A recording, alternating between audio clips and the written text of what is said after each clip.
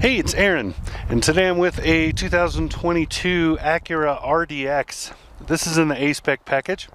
2-liter turbocharged engine under there, 272 horsepower, 10-speed automatic transmission, wonderfully smooth transmission. Really not a lot of changes for this year compared to last year and the year before, but this is a wonderfully capable luxury SUV. Let's talk about it.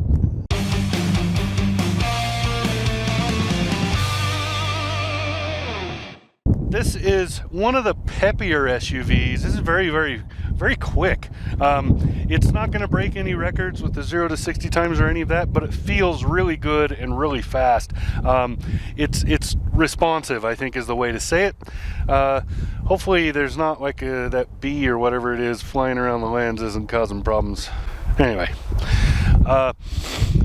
love this wonderful blue color. This is a great color. As we walk around it, I'll show you some of the design elements of this. This is a fun to drive and not terribly expensive crossover. So yeah, let's look at the side profile. I'll talk about design. So what you're seeing here is a pretty classic Acura look. Very simple but very well done lines. You can look at the overall profile is very SUV, more of a saloon style than a, say, sedan or car, and lots of interesting elements that make the light bounce in great ways. That's why it looks so good. I'll walk in for some perspective here. So you can see it's small, but it's not compact. This is in the not quite mid-sized range, the 2-row. So starting up here, we'll start with the look here on the lines. So you have this line here that creates the fender, then you have this line that kind of bisects it, and this line that finishes it right here. So it's multiple shelves instead of just one big fender hump, which is a cool look. And then you see this line carries across all the way and then just kind of fades out right here as it bends down towards that. That creates the beginning of a belt line under here, starting right off this fender and running across and getting deeper as it goes, so getting more pronounced, sharper. It comes across, goes through there, through this door handle, and keeps going all the way back to top off those rear taillights. That creates the belt line of the car, but it's wide here and thin up there, which is why this line is important, because it bisects where it's the widest. That's a really cool look and creates, again, that multi-shelf lighting that's going on with this. I apologize for the wind. There's not anything I can do about it. Hopefully this mic is helping a little bit. Anyway, and then you can see simple bone lines to make kind of a curve, and then a very pronounced running board here and rockers underneath. It's unusual to see both on a crossover. Usually you have either a running board that sticks out or rocker panels underneath for the strength that they convey. So very well done. And then you see how much bigger this is, how it widens as it goes that way, to make a really sharp look, and just nicely done down there. And then over here you see, starting right about here, you get a feint, and then it gets deeper and deeper to create this rear fender. This creates this cupped shelf right here, great light catcher on multiple levels, and then this comes down and there's your wheel well. The wheels on this are wonderful. I love the turbine look of this kind of wheel. These are a nice fit for this particular vehicle. Then, and I know somebody's going to ask, so I'm just going to tell you, these Bridgestones here are, I don't know what the size of the tire is, but that's a 20-inch wheel. The tire, I think, is a 225/45, but I'll look and I'll fix that on the screen if I'm wrong. So that's kind of the overall what's going on in the design here. The roof line is a really simple, kind of a pencil line running across. And back here, where everything comes together, it creates this thick looking rear pillar, which adds strength to the overall look of the vehicle. Let's go look at the working end back there, and then we'll get inside it. So on the back of this Acura, you can see those lines that were done on the side. They kind of carry over here. You can see a very pronounced line down here, and to create the bumper there. And then these lines follow that. This The wide and thin and wide, again, that follows what was happening with the belt line across the bodywork. And then you see just this curve here, which underneath is where the button, the little lever style button, I like those. So instead of just pushing something, you feel like you're pulling a lever even though you're not. Cargo area in this is very good. It's deep. It's I'm going to say it's about 4 feet going that way. Nicely laid out. There are D-hooks, tie downs on the floor. They fold up like this in all 4 corners, which is great. And then you have these awesome seat levers. So if you pull this lever on the wall here, that seat drops down. You notice it's almost completely flat. That's great for loading items into here.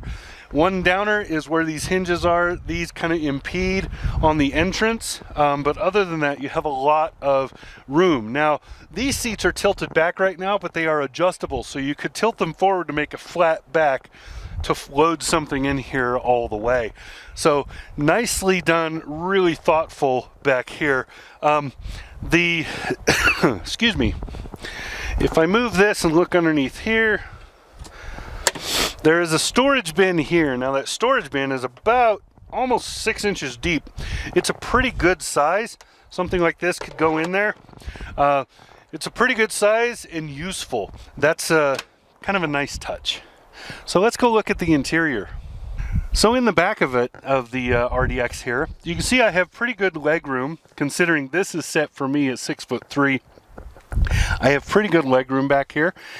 Good headroom, thanks mostly to this panoramic sunroof that's in here. But with that deleted, if for some reason it weren't there, this would actually be a little taller as well. But I have plenty of headroom for somebody my size. Shoulder room is very good. The seats are comfortable, but not, you know, I wouldn't write letters home about them. But they are good seats for back seats. And then you have some pretty good storage, a couple of USB-Cs. These are heated on the outboards, which is unusual in some segments. In the luxury, not so much.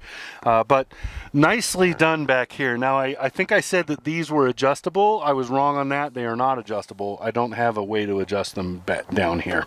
I thought I remembered being able to do that, but apparently not.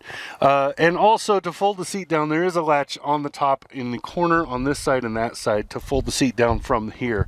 I also like that these doors open to almost 90 degrees, which gives easy entry and exit from this vehicle. Let's go look up front and I'll talk a little bit about pricing and some other stuff. All right, in the front seat, this is a wonderful vehicle. It feels really good, really comfortable. I love the sport layout and sport seating.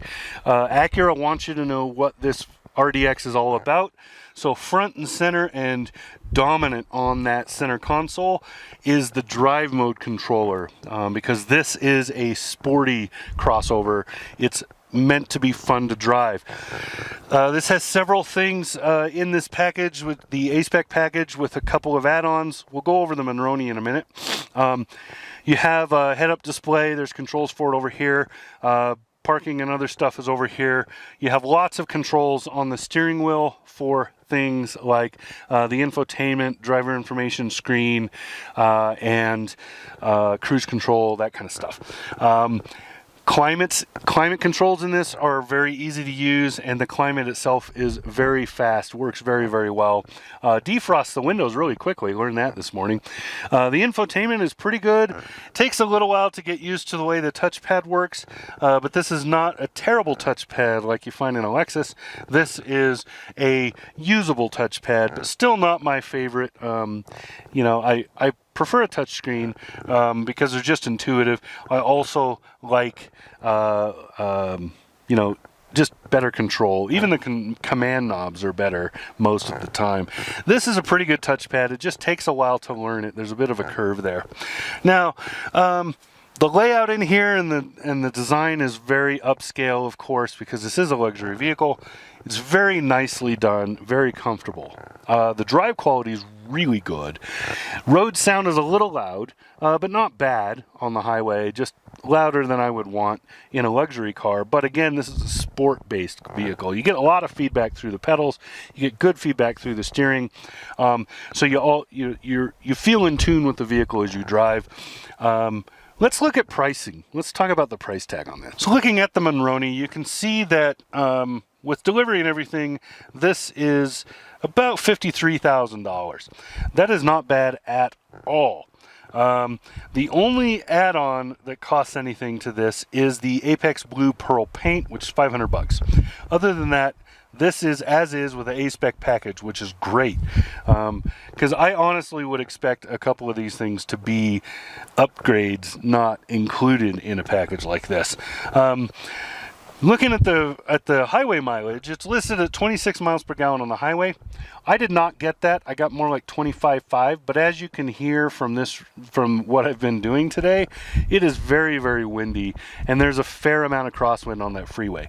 So I think hitting 26 is totally doable in this vehicle. This is, again, 272 horsepower, 2-liter direct injection, 4-cylinder turbo, 10-speed automatic, and this has super handling all-wheel drive. I want to talk about that engine and transmission a little bit. The engine is peppy, really peppy. That power comes pretty early on, and then the 10-speed transmission is nicely tuned to getting you getting that power to the wheels, just keeping it there. Also, the off-road is amazingly good in this. Nobody would expect a vehicle like this to be good off-road, but I have driven off-road since this generation appeared, and holy crap, is it surprisingly good. Now, it's not going to rock climb, you're not going to take it to Moab or the Rubicon or whatever, but it is a very, very good vehicle for off-road. It will do more than you might expect of it. That's probably the best way to put it.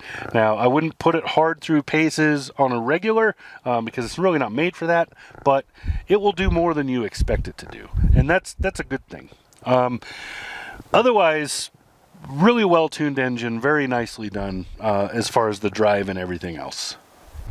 All right, so there you go. That's what I got. This has been Aaron with the 2022 Acura RDX. Talk to you again soon.